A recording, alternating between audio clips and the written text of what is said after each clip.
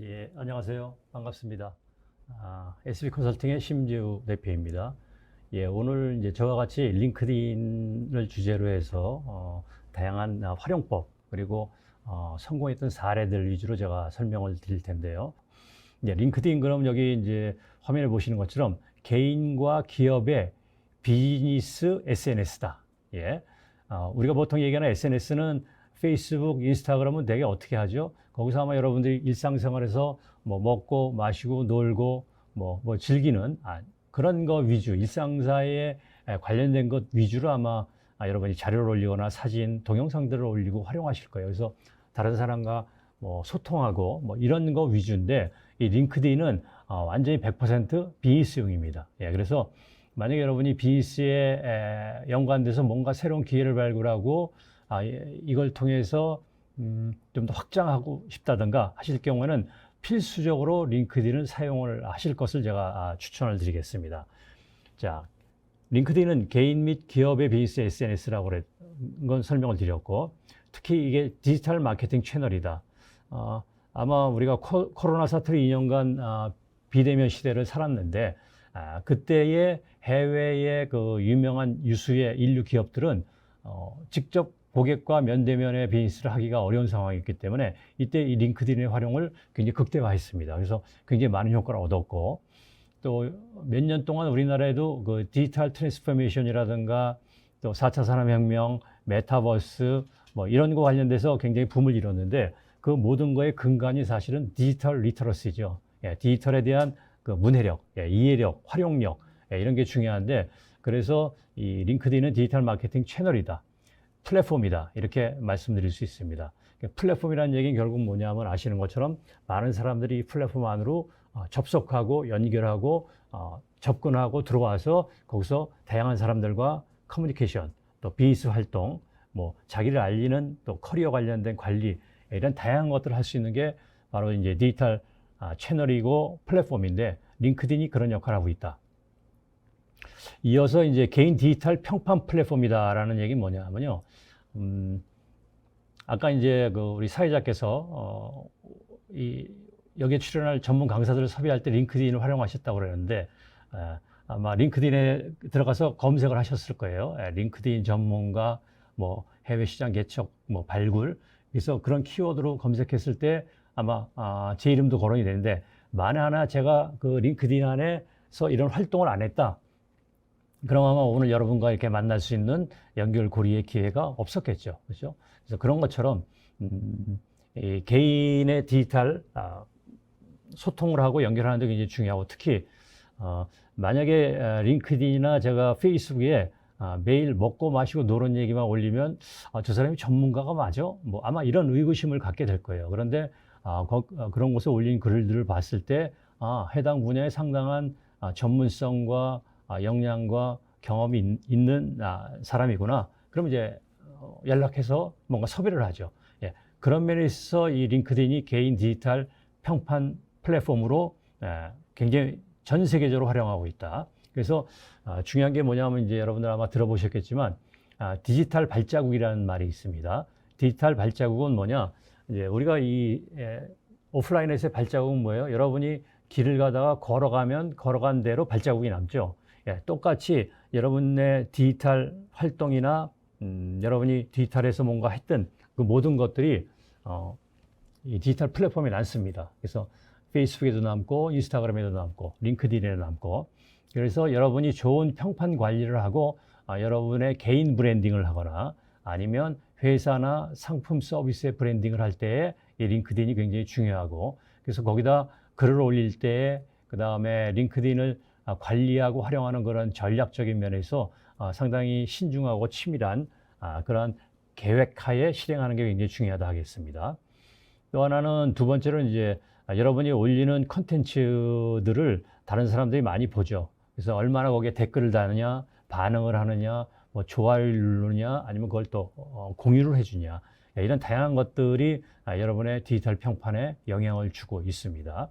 그래서 여러분들이 앞으로는 여러분들의 커리어나 아니면 비즈니스에 관련돼서 이 디지털 평판 관리 플랫폼으로 이 링크드인을 적극적으로 활용한다면 굉장히 좋은 효과를 얻으리라고 봅니다. 링크드인은 이제 어떤 구조냐면요. 이제 1대1로 우리가 친구가 돼요. 페이스북에 친구가 되면 일촌이죠. 페이스북은 일촌이냐 아니냐로 구분이 되는데 링크드인은 일촌이 있고요. 그다음에 나와 일촌을 맺은 사람이 일촌을 맺은 사람이 있겠죠. 그 사람은 나한테 이촌이 됩니다. 예. 그다음에 또 이촌인 사람이 맺고 있는 일촌이 있죠. 예. 그 사람은 나한테 삼촌이 돼요. 그래서 1촌, 2촌, 3촌까지의 구조로 연결이 되고 있고요. 이게 하이라키 구조로 이제 다 연결이 돼요. 그래서 만약에 여러분이 한 명의 1촌을 갖고 있잖아요. 그러면 그 한 명은 100명 정도의 뭐 자기 1촌이 있기 때문에 저한테는 2촌이 100명이 되고요. 그 2촌이 또 갖고 있는 1촌 그러면 1700명의 3촌을 갖게 됩니다. 그래서 내가 한 명의 1촌을 가지면 약 2000명과 네트워킹이 될 수 있다라고 이해하시면 됩니다. 예. 굉장히 이 확장성을 고려한 그런 구조로 되고 있고요. 그래서 만약에 1000명의 1촌을 갖고 있다. 그러면 전 세계 1500만 명의 네트워크를 갖고 있다라고 이해하시면 됩니다. 어마어마한 이런 네트워킹이죠. 자, 그러면 링크드인 할 때 가장 먼저 해야 될 게 뭐냐? 일단 회원 가입을 하신 다음에 제일 먼저 뭘 하셔야 되냐면 여러분의 개인 프로필을 이렇게 작성하셔야 돼요.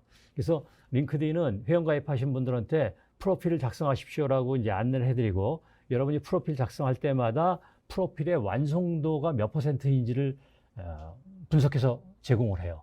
그러니까 조금 간단하게 프로필 썼다.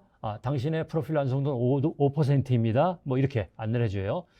저 같은 경우에 지금 제가 프로필 완성도가 거의 97% 정도 됩니다. 거의 다 완성을 시켰고요. 저는 링크드인을 거의 15년 이상 지금 사용을 하고 있습니다.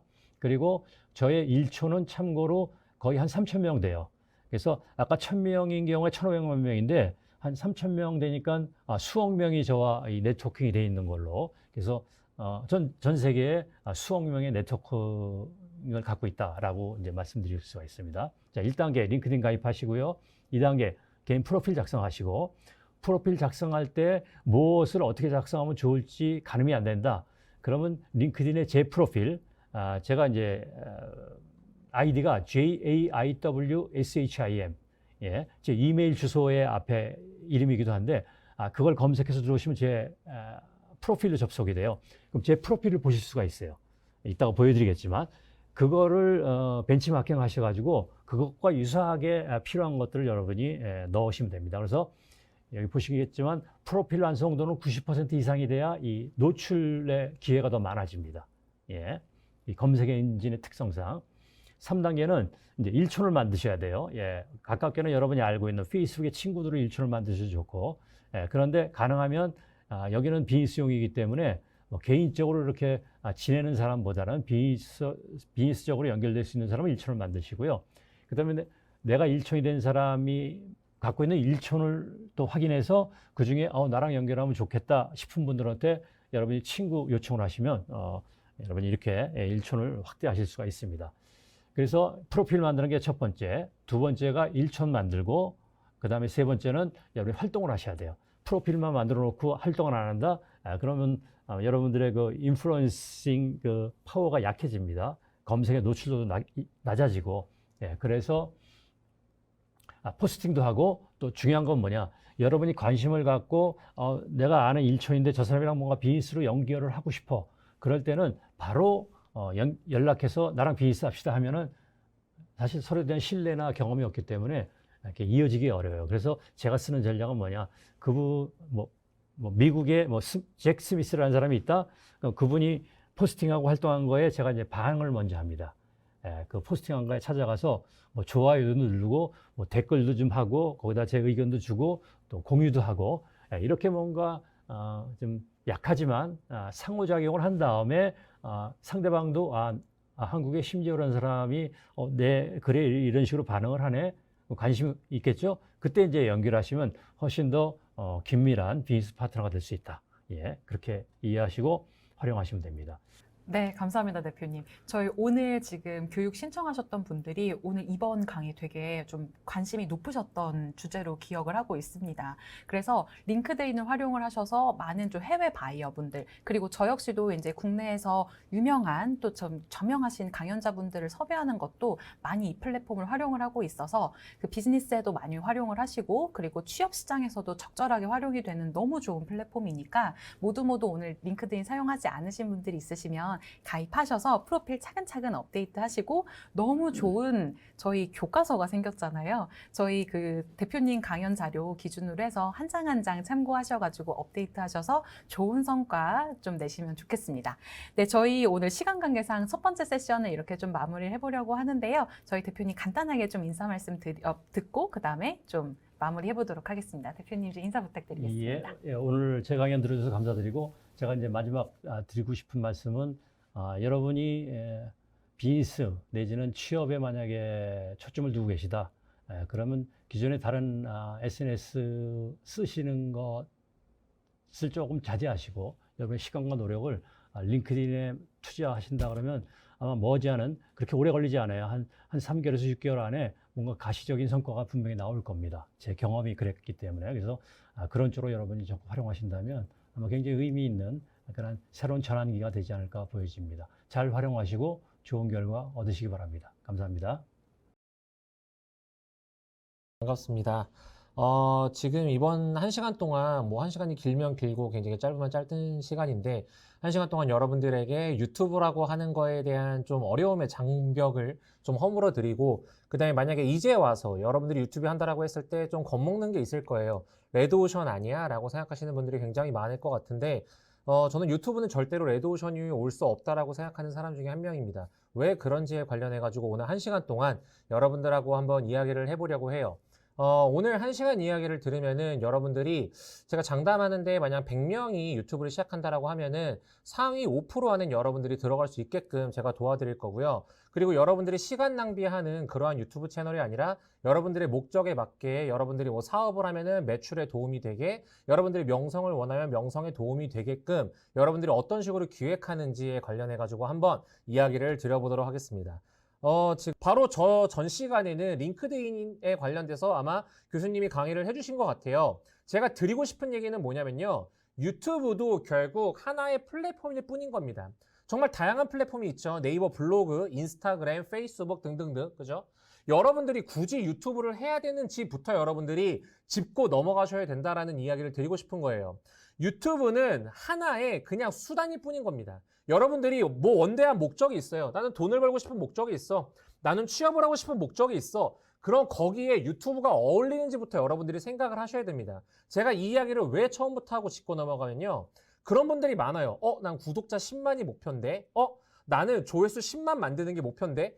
다 필요 없어요, 여러분들. 유튜브 그렇게 하면요, 오래 못합니다. 여러분들이 원하는 목적을 갖고요, 그거에 유튜브를 맞췄을 때 여러분들이 유튜브를 지치지 않고 꾸준히 할 수 있는 그거를 여러분들께 이야기 드리고 싶은 거예요. 심플하게 이야기 한번 드리면요, 제가 뒤에서 이야기 드릴 건데 한 달 만에 구독자 5,000명 만드는 거 쉽습니다. 한 달에 유튜브 통해서 100만 원 버는 거 쉽습니다. 왜 그게 쉬운지에 관련해 가지고 이야기를 드릴 거고, 그러한 유튜브 채널을 제가 한 달 만에 만들었는데 제가 그 채널을 왜 꾸준히 안 하는지도 그걸 이야기를 드릴 거예요. 그러니까 여러분들이 지금 이 수업 시간을 들으면서 적어도 여러분들이 유튜브를 통해서 내가 무언가 해보고 싶다라고 하는 생각을 갖고 있다라면은 내가 왜 유튜브를 하려고 했었을까를 먼저 생각을 해보고 수업에 참여하셨으면 좋겠습니다. 아셨죠? 저는 이 3왓이라고 하는 제가 만든 이론 같은 거거든요. 이 3왓으로 그냥 끝장날 수 있다고 생각을 해요. 자, 뭐냐? 첫 번째, 내가 무엇을 잘 하는지. 두 번째, 내가 무엇을 하고 싶은지. 그리고 세 번째, 이게 제일 중요합니다. 구독자가 무엇을 좋아하는지. 특히 여기 지금 사업하시는 분들, 그리고 내 유튜브 채널이 왜 성장하지 못했을까 고민하고 있는 분들, 다 이 세 번째 때문이에요. 싹 다. 제가 장담할 수 있습니다. 자, 구독자가 무엇을 좋아하는지, 소비자가 무엇을 좋아하는지를 파악을 해야 돼요. 이게 굉장히 중요합니다. 다시 내가 무엇을 잘하는지, 내가 무엇을 하고 싶은지, 그리고 구독자가 무엇을 좋아하는지를 파악을 해야 여러분들이 기본 세팅이 끝나는 거예요. 자, 위에 내가 무엇을 잘하고 내가 무엇을 하고 싶은지는 뭐냐면요. 지속성의 문제인 거예요. 여러분들이 유튜브를 하는 건요. 솔직히 굉장히 어렵습니다. 편집해야죠. 촬영해야죠. 썸네일 만들어야죠. 타이틀 만들어야죠. 단거 기획해야지. 댓글 관리해야지. 할 게 너무 많아. 근데 유튜브가 지금 여러분들의 삶의 우선순위에서 높게 올라와 있지가 않아요. 그러니까 어떻게 해야 돼요? 여러분들이 잘할 수 있는 걸 해야 돼요. 여러분들이 하고 싶은 걸 해야 돼요. 그리고 처음에는 힘을 빼야 돼요. 그래야 여러분들이 유튜브를 꾸준히 할 수 있는 거예요. 이거는 지속력에 관련된 문제고요. 세 번째, 구독자가 무엇을 좋아하는지, 시청자가 무엇을 좋아하는지에 관련된 거는 성장에 관련된 이야기입니다. 자, 까놓고 한번 이야기해 봅시다. 여러분들이 유튜브를 한다라고 하는 거에 가장 기저에는 뭐가 깔려 있죠? 여러분들 영상을 남한테 보여주고 싶다는 거예요. 만약에 여러분들이 남한테 보여주고 싶은 게 아니면요, 유튜브에 왜 올려요? 그냥 핸드폰에 저장하고, 그죠? 내 컴퓨터에 저장하면 되지. 내가 유튜브에 올린다라는 거는 무조건 내가 상대방을 인식하고 그 사람이 원하는 컨텐츠를 찍어야 된다라고 하는 거를 이야기를 드리는 거예요. 여러분들이 결국 유튜브를 할 때는 여러분들의 카테고리, 그리고 카테고리 안에 관심을 가지고 있는 구독자, 그리고 시청자, 그들이 원하는 컨텐츠를 여러분들이 줬을 때 그때 여러분들 채널이 성장할 수 있다는 겁니다. 그래서 여러분들이 한번 생각을 해보셨으면 좋겠어요. 내가 이 영상 찍는다고 했을 때 아까 굳이라 그랬죠? 사람들이 굳이 내 영상을 볼까? 사람들이 굳이 내 영상에 재미를 가질까? 이게 저는 가장 중요한 포인트라고 생각을 합니다. 근데 솔직히 얘기해 볼까요? 이거 유튜브 같다만 얘기하는 거 아니에요. 여러분들이 지금 하고 있는 사업, 여러분들이 앞으로 뭐 인스타그램이든 블로그든 뭘 하든요. 다 똑같은 얘기입니다. 여러분들이 어떠한 화장품을 만들었다면요. 사람들이 굳이 그걸 쓸 필요가 있어야 될 거잖아요. 그죠? 유튜브도 똑같다라는 거예요. 그죠? 이것만 여러분들이 싹 맞추면요. 유튜브 여러분들 그냥 성장할 수 있습니다. 우선 요것만 딱 정리하고 끝내도록 하겠습니다. 뭐냐면 첫 번째, 기획. 여러분들 채널의 한 줄이 너무너무 중요하다. 이걸 제가 얘기를 한 거고, 한 줄을 정할 때는 카테고리가 진짜 중요하다. 큰 카테고리를 가건 작은 카테고리를 가건 그건 중요한 건 아니다. 근데 그 안에서 여러분들의 목적이 뭔지가 명확해야 된다라는 게 1번, 2번. 그 다음에 세 번째, 구독자가 무엇을 좋아하는지를 여러분들이 꼭 인지를 해야 된다. 그리고 나서 여러분들이 무엇을 잘하고 무엇을 하고 싶은지 이 두 가지를 가지고 여러분들이 지속성을 유지를 해야 된다. 이 이야기를 드린 거예요. 이야기를 내가 50분 동안 한 거예요. 그죠? 근데 여러분들 이거 진짜 한번 듣고 흘리면 안 돼요. 이거 진짜 여러분들이 생각을 해야 돼요. 그 다음 스텝도 제가 사실 준비해 오긴 했는데 이거 그냥 제가 10분 동안 잠깐 이야기할까요? 왜냐면 퀴즈를 이것도 낸 것도 있어가지고 이거를 제가 10분 동안 짤막하게 여러분들한테 딱 이야기 드릴 건데 괜찮나요? 이거 여러분들 받아들일 마음의 준비가 되어 계신가요? 이거? 제가 유튜브 코리아에서 초청을 받아서 강의를 했던 적이 있는데 그때 수강생들이 누구였냐면은 구독자 50만 이상 되는 유튜버들 150명을 모아놓고 제가 강의를 했었거든요. 딱 그 얘기할 때가 이거였어요. 이거 그냥 짤막하게 제가 한번 딱 때리고 그냥 마무리하겠습니다. 이거는 뭐냐면요. 유튜브를 여러분들이 운영을 한다라고 했을 때 단순 조회수 올리고 끝나는 게 아니라 진짜 질 좋은 유튜브 채널을 어떻게 하면 만들 수 있는지를 여러분들이 이걸 들으면 진짜 게임 세. 끝이에요. 이건 심지어 제가 만든 것도 아니고 구글에서 이런 식으로 유튜브 채널을 운영을 하면은 진짜 알짜 유튜브 컨텐츠로 운영할 수 있다라고 해서 구글이 만들어낸 거예요. 뭐냐? 3H. 첫 번째 H는 허브, 두 번째는 헬프, 그 다음에 히어로. 이 허브 컨텐츠는 뭐냐면요. 내 채널을 한 줄로 소개할 수 있는 공통된 컨텐츠. 그러니까 여러분들께 아까부터 계속 이야기 드린 거 있죠. 임용 채널, 그죠? 그 다음에 미국 주식 채널. 이렇게 소개할 수 있는 한 줄 컨텐츠가 허브 컨텐츠. 이거를 하게 되면요. 뭐가 되냐면요. 시청자가 구독자가 돼요. 제가 컨설팅을 할 때 그러한 경우가 진짜 많습니다. 강사님, 구독자는 굉장히 많은데 평균 조회수가 너무 낮아요. 하고 그 채널 안에 들어가 보잖아요. 100이면 100이에요. 컨텐츠의 통일성이 없어요. 컨텐츠의 통일성이 왜 중요하냐면요. 누가 들어왔죠? 그럼 나는 다음 영상이 기대가 돼야 되고요. 전 영상들이 계속 보고 싶어져서 여러분들 그러한 경험 한 적 있지 않아요? 어떤 영상을 봤는데 이 영상이 예전 영상부터 가가지고 다 보는 거예요. 저는 최근에 빠더너스라고 하는 채널에 다시 빠져가지고 영상 하나 보고 다시 밑으로 내려가가지고 다 보고 올라오고 있어요. 이랬을 때 여러분들이 구독을 누르게 되는 거예요. 이게 허브 컨텐츠. 이거는 시청자를 구독자로 만드는 거예요. 그러면은 헬프 컨텐츠는 뭐냐? 그렇게 들어온 구독자를 펜으로 만드는 컨텐츠가 헬프 컨텐츠입니다. 그럼 헬프 컨텐츠는 뭐냐? 브이로그, Q&A, 이렇게 라이브 소통 방송, 이런 것들이 헬프 컨텐츠예요. 헬프 컨텐츠를 통해서 하면 좋은 게 뭐가 있냐면요. 수익화가 되게 좋습니다. 여러분들이 신뢰를 얻기가 되게 좋아요. 헬프 컨텐츠가. 그리고 뭐라 그랬죠? 팬을 만들기가 좋습니다. 저는 개인적으로 트와이스와 아이유를 굉장히 좋아해요. 그래서 뮤직비디오 나오면 다 챙겨보고요. 예능 같은 거 나오면 다 봅니다. 근데 저는 팬미팅을 안 가요. CD를 안 삽니다. 콘서트도 안 가요. 그러니까 저는 돈이 되는 사람이 아니에요. 그러니까 저는 뭐다? 허브 컨텐츠를 소비하는 그냥 사람일 뿐이다. 근데 헬프 컨텐츠는 어떻죠? 팬미팅, CD, 콘서트, 이런 사람들을 위해서 아이돌이 뭐를 해요? V앱이라고 하는 라이브 소통 방송을 하고 SNS를 운영을 하고 엔터테인먼트에서 또 다른 어플을 만들어서 소통하는 그러한 창구들을 계속 만들고 있죠. 왜? 팬이 되어야 되니까. 그게 바로 헬프 컨텐츠입니다. 그래서 여러분들이 유튜브를 처음 오픈했을 때 절대 하면 안 되는 컨텐츠가 하나가 있어요. 제 채널은 앞으로 이렇게 하려고 합니다. 제 채널을 소개할게요. 안물안금. 궁금하지도 않아요. 아니 팬도 없는데 그거를 왜 봐 사람들이. 안 돼요. 그런 컨텐츠는. 처음에는 내 채널에 팬층이 생길 수 있는 게 아니라 구독자가 생길 수 있도록 정보를 제공하고 재미를 제공을 해야 돼요. 그렇게 내 채널에 좀 나한테 관심, 궁금함이 생기는 사람이 왔을 때 그때 헬프 컨텐츠, Q&A, 브이로그 이런 소통 방송을 만들어야 채널이 성장을 하는 거예요. 아셨죠? 그래서 제가 그냥 딱 직관적으로 시간 얼마 없으니까 이야기 드릴게요. 여러분들이 유튜브 처음으로 만들죠? 허브 컨텐츠 비율 9에서 10, 헬프 컨텐츠 0에서 1. 그렇게 여러분들이 비율을 맞춰서 하다가 여러분들이 이 비율을 조금씩 헬프로 넘기면 돼요. 네, 별도로 이제 좀 질문이 올라온 것 같지는 않아서 시간 관계상 두 번째 세션 강의도 종료를 해보려고 하는데요. 대표님 이제 마지막으로 종료하면서 좀 인사 말씀 좀 부탁을 드리도록 하겠습니다. 네, 여러분들 만나서 반가웠고요. 저는 이렇게 강의를 다니면서 요즘 생각을 하는 게 있어요. 유튜브를 잘하는 방법에 관련된 얘기는 방금 제가 들었던 1시간이면은 솔직히 더 이상 할 말도 없습니다. 근데 더 어려운 게 뭐냐면요. 하게끔 설득을 하는 게 너무 어렵다는 생각을 요즘 많이 해요. 근데 설득을 안 하고 만약에 하고자 하는 정말 마음이 있고 실행을 하려고 하는 사람이 누구가 있다면은 그분은 이 레드오션이 아닌 유튜브 시장에서 본인이 원하는 바를, 뜻하는 바를 무조건 할 수 있다라고 생각을 합니다. 그러니까 여러분들이 너무 늦었나라고 생각하지 마시고요. 시작을 하시면요. 여러분도 아니에요. 뭐라고 어칭을 해야 되나요? 당신만 시작을 할 거니까요. 너무 불안해하지 말고요. 그냥 꾸준히만 한번 해보세요. 이 시장에서 살아남을 수밖에 없습니다. 아셨죠? 무조건 시작하세요. 끝. 네, 안녕하세요. 이준길입니다. 이번 시간 중소기업의 ESG 경영 전략에 대해서 말씀드리려고 했는데요. 이미 사회자님께서 다 말씀해 주셔가지고 이제 편안하게 저는 여러분들과 함께 같이 고민할 수 있는 내용들 위주로 좀 설명도 드리고 뭐 함께 생각하는 시간을 갖도록 그렇게 해보겠습니다.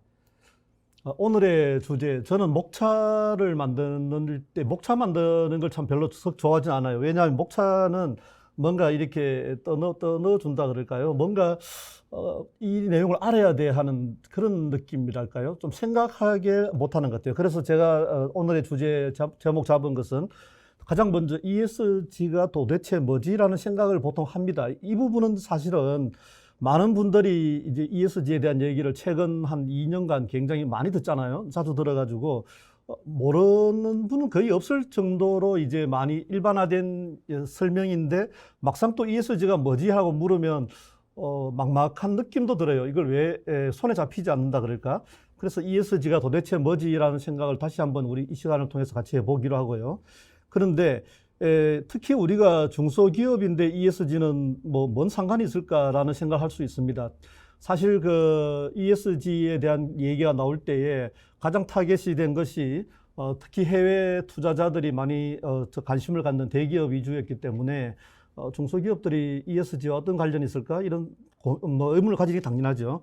그러다가 특히나 이 업종이 워낙 다양하지 않습니까? 뭐 제조업도 아니고 만약에 ICT 소프트웨어 기업일 경우라면 특히나 ESG가 뭐 환경 관련된 이슈가 되게 중요하다고 들었는데 이게 우리랑 어떤 관계가 있을까 이런 또 의문을 가질 수도 있어요.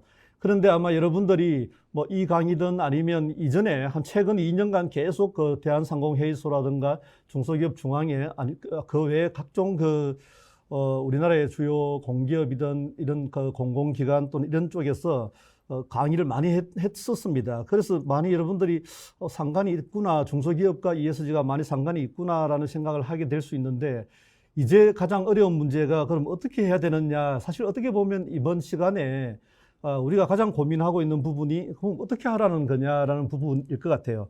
그리고서 이제 우리가 이렇게 준비해야 되겠군이라는 결론까지 가게 되면 굉장히 유익할 수 있는데, 사실 먼저 좀 말씀드릴 것이 ESG가 도대체 뭐지라고 하는 단계에서부터 우리가 좀 미리 선을 좀 끊어올 필요가 있을 것 같아요. ESG 개념의 등장부터 시작하는데, 지금 ESG란 무엇일까요? 라는 이 자료 지금 화면 보이시죠? 이 화면에 자료 출처를 보시면 GS 칼텍스에서 발표한 자료를 갖고 왔습니다. 이 자료를 갖고 온 이유가 뭐냐면, 제가 ESG란 무엇일까요? 라는 질문을 구글에서 했더니 제일 위에 뜨길래 갖고 왔어요. 무슨 얘기냐면 이거나 저거나 10개를 검색하나 100개를 검색하나 ESG에 대한 개념 정의가 그다지 차이가 없다는 겁니다. 그리고 이 시간에 혹시 들으시는 분들이 한번 생각을 해보실 부분이 있는데요. 제가 이 강의를 준비하면서 기존에 있던 강의도 분석도 하고 제가 여러분께 무슨 얘기를 할까 많이 고민하면서 어떤 생각을 하게 됐느냐면 ESG에 대한 강의 자료든 아니면 중소기업을 위한 여러 가지 안내 자료든 많은 자료들이 관점이 굉장히 섞여 있어요. 이 부분을 여러분들이 조금 생각을 해야 되는 부분입니다. 그냥 여러분들이 ESG 강의를 듣거나 ESG 관련된 자료를 보거나 이렇게 해서 왜 이렇게 어렵지 또는 내가 잘 모르는 걸까, 내가 왜 이해 안 되는 걸까 이런 생각하지 마시고 굉장히 많이 섞여 있어요. 어떤 게 섞여 있냐면 ESG의 개념 자체에서부터 이것이 환경, 사회, 지배구조라고 하는 또는 거버넌스라고 하는 이 세 가지의 영역을 그냥 묶어가지고 ESG라고 하고 있죠. 근데 이것에 대해 가지고 또 여기 보시면 관련 개념으로 기업의 사회적 책임 그 이전부터 쭉 오래된 개념들입니다. 뭐 CSR 그러니까 지속 가능성, 공유 가치 창출, 기업 시민 의식, 지속 가능한 발전, 트리플 바텀 라인 이 용어 하나하나마다 여러분들이 머릿속에 딱딱 들어오는 게 있을까요? 굉장히 어렵습니다. 이게 웬만큼 연구하시는 분들도 이 분야를 들어와서 이런 용어들을 쳐다보면 이렇게 뭐랄까요 개념이 어디서 어디까지 정말 개념을 잘라야 될지 모를 정도로 모호한 개념들이 계속 연속해서 나오고 있어요. 이런 개념을 가지고 바라보는 사람마다 다 다르게 바라봅니다. 제일 첫 번째가 정부에서는 어떻게 할 거냐. 그러니까 여러분의 중소기업의 ESG 경영 관련된 자료 보시면 이제 주체자가 이제 공공 분야가 많죠. 그러면 그쪽에서 볼 때는 정책적으로 어떻게 해야 될 거냐, 무엇을 해야 될 거냐, 이게 가장 큰 관심이 됩니다. 그런데 그런 내용들이 들어가 있어요. 그 다음에 투자자는 어떻게 ESG를 바라볼 거냐라는 관점이 있습니다. 그 사람들의 얘기도 또 섞여 있어요. 마찬가지로 그럼 투자자만 있고 이제 투자자가 투자를 하기 위해서는 뭔가 자료를 봐야 되겠죠. 그 회사를 평가를 해야 됩니다. 그 평가를 또 전문으로 하는 평가 기구들이 있어요. 뭐 또는 회사들이 있고요. 그 평가와 관련된 내용들이 또 쫙 들어가 있습니다. 그 평가를 하기 위해서는 자료를 공시를 또 해야 되지 않습니까? 공시와 관련된 가이드라인을 또 제시하는 조직 기구들이 들어가 있어요. 모두 다 이해관계가 사실은 서로 조금씩 다 다르죠.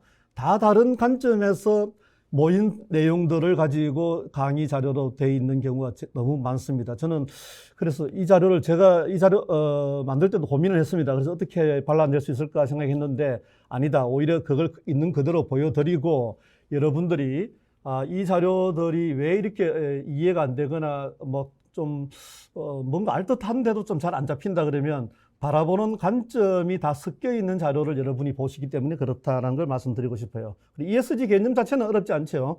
환경과 관련돼서 사회와 관련돼서 또 거버넌스에 관련된 이런 우리 투자자들이 투자를 할 때에 기존에는 재무적 관점에서만 봤다면 이런 ESG와 관련된 비재무적 관점에서 바라보겠다라고 해서 만들어진 개념이다 정도 이렇게 정리하시면 될 것 같습니다. 자, ESG 시대의 도래와 시사점이라는 이런 표가 있는데 이게 이제 사회적 가치 연구원이라는 데서 만드는 자료입니다. 이 자료는 보통 강의할 때 보면은 뭐 예컨대 파리 기후 협약이라든가 교토 의정서 GRI 쭉 다 설명을 많이 하긴 해요. 저는 설명 안 하겠습니다. 왜냐하면 아까 말씀드린 대로 우리가 알아야 되는 것은 이 ESG와 관련된 여러 가지 등장 배경이라든가 이런 것을 뭐 그걸 지적 호기심으로 아는 건 좋은데요. 그래서 어쩌라는 거냐, 뭐 소핫 이랬을 때 별로 이걸 우리가 알아야 될 이유는 많이 없죠. 다만 한 가지 이런 흐름을 볼 때는 반드시 생각해야 될 게 있어요. 이게 뭐냐면 처음에는 선언으로 등장합니다. 바람직한 앞으로 30년 후에 우리가 가야 될 길, 방향을 얘기하죠. 선언을 하죠. 이 선언을 하는데 이 선언이 바람직하고 많은 사람들이 동참을 하게 되면 그 부분이 가이드라인이라든가 지침이라든가 좀 더 실행 가능한 모습으로 등장을 해요. 그런 것들이 이제 GRI 지속 가능성 보고서라든가 이런 걸 나타나게 된 거죠. 그러다가 이제 더 이상 어떤 계기가 있습니다. 요즘 기후 위기라든가 여러 가지 인권의 문제라든가 여러 사건이 크게 터지면 사람들이 관심을 갖게 되지 않습니까? 그러면 그게 규제로 나타나요. 그래서 선언에서 생략해서 규범으로, 규범 중에서 제일 먼저 나타나는 것이 가이드라인이라고 하는, 우리가 보통 법률 용어로는 연성규범이라는 표현 씁니다만은 조금은 행정부가 직접 처분을 하는 것이 아니고 행정 지도를 하는 단계, 이런 규범의 형태 중에서도 부드러운 형태로 나타나지만 결국은 그것이 나중에 법으로 나타납니다. 여러분도 잘 아시지만 최근에 납품 단가 연동제, 요거는 뭐 G와 보다는 S와 관련된 부분인데, 납품 단가 연동제도 나온 얘기 자체는 꽤 오래됐습니다. 그런데 계속적으로 연구되고 주장이 되고 하다가 결국은 어떤 납품 단가와 연동되어 있는, 연동이보다는 직접 관련되어 있는 원자재 가격이 폭등하니까 바로 이게 법률로 지금 등장하게, 뭐 등장 직전에 있죠. 여야가 지금 그 부분에 대해서는 다 합의가 되고 있으니까요. 바로 법으로 되어버립니다. 그러면 그 법을 지켜야 되는 기업, 또 기업이 일하는 사람들한테는 굉장히 중요한 큰 이제 임팩트가 오는 거죠. 그래서 ESG 시대의 도래와 시사점에서 여러분들이 아셔야 되는 것은 계획에 나오는 여러 가지 뭐 기구 평가 기구라든가 뭐 투자 협의체라든가 이런 것이 중요한 게 아니라, 그러면서 결국은 우리가 지켜야 될 규범으로 등장하게 되고 그 규범을 여러분들이 알고 계셔야 된다는 점, 이걸 좀 말씀드리고 싶어서 이 표 보여드렸고요. 네, 대표님 감사합니다. 제가 사실은 좀 이쪽 분야에 좀 관심이 있다 보니까 좀 대표님께 또 이렇게 질문이 따로 없으셔서 제가 좀 질문을 좀 드려봤는데, 그 좀 정말로 내부에도 좀 도움이 되지만 사회에도 환경에도 좀 도움이 될 수 있도록 하는 것은 규범뿐만이 아니라 저희 소비자들이 좀 더 똑똑해지고 소비자들이 그 기준을 제시해 주는 게 중요하지 않을까라고 좀 생각이 들었던 강의였습니다. 저희 이번에 이제 좀 시간 관계상 저희 이준길 대표님 강연도 이렇게 종료를 하고 대표님을 보내드리는 걸로 하고요. 대표님 저희 이제 강연 종료 전에 마지막으로 좀 인사를 좀 부탁을 드리도록 하겠습니다. 예. 예, 저 1시간 더 해달라는 앵콜 또 채팅도 있어가지고 1시간 더 하면은 여기 다 퇴장하시겠죠. 예. 사실 많은 노력들이 있습니다. 실제 여기도 오늘도 이 강연이 우리 전남 ICT 소프트웨어 기업 재직자 역량 강화 세미나고요. 그래서 이 노력들이 전국에서 많이 일어나는데, 이제 우리 각자 보면은 이제 제일 중요한 것은 본인 같아요. 본인. 지금 강의 들으시는 분도 마찬가지인데요. 각자 내가 생각할 때에 무엇이 중요하고 이런 것들, 자기가 생각할 때 중요성, 그리고 선택해서 실현시킬 수 있는 때 필요한 역량, 이 역량이 무엇이냐라고 하는 부분을 좀 생각을 많이 해주시면 좋을 것 같습니다. 특히 지금 만약에 수업 듣는 분 중에 학생이 있다면 사회가 많이 바뀌고 있거든요. 정말 역량 위주로 갑니다. 제가 대기업에서도 뭐 오래 있었고 쭉 지금도 대형 로펌에 있습니다만은, 그 사람 처음에 진입 장벽이 있는 영역조차도 들어가서는 결국 역량에서 차이가 나고요. 지금은 그런 역량 위주로 사회가 바뀌고 있는데, 이런 강의들 많이 활용하시고, 또 저희 뭐 마무리 발언을 해야 되잖아요. 그러면 제가 마무리 발언으로 꼭 하고 싶었던 말 한 가지 해드릴게요.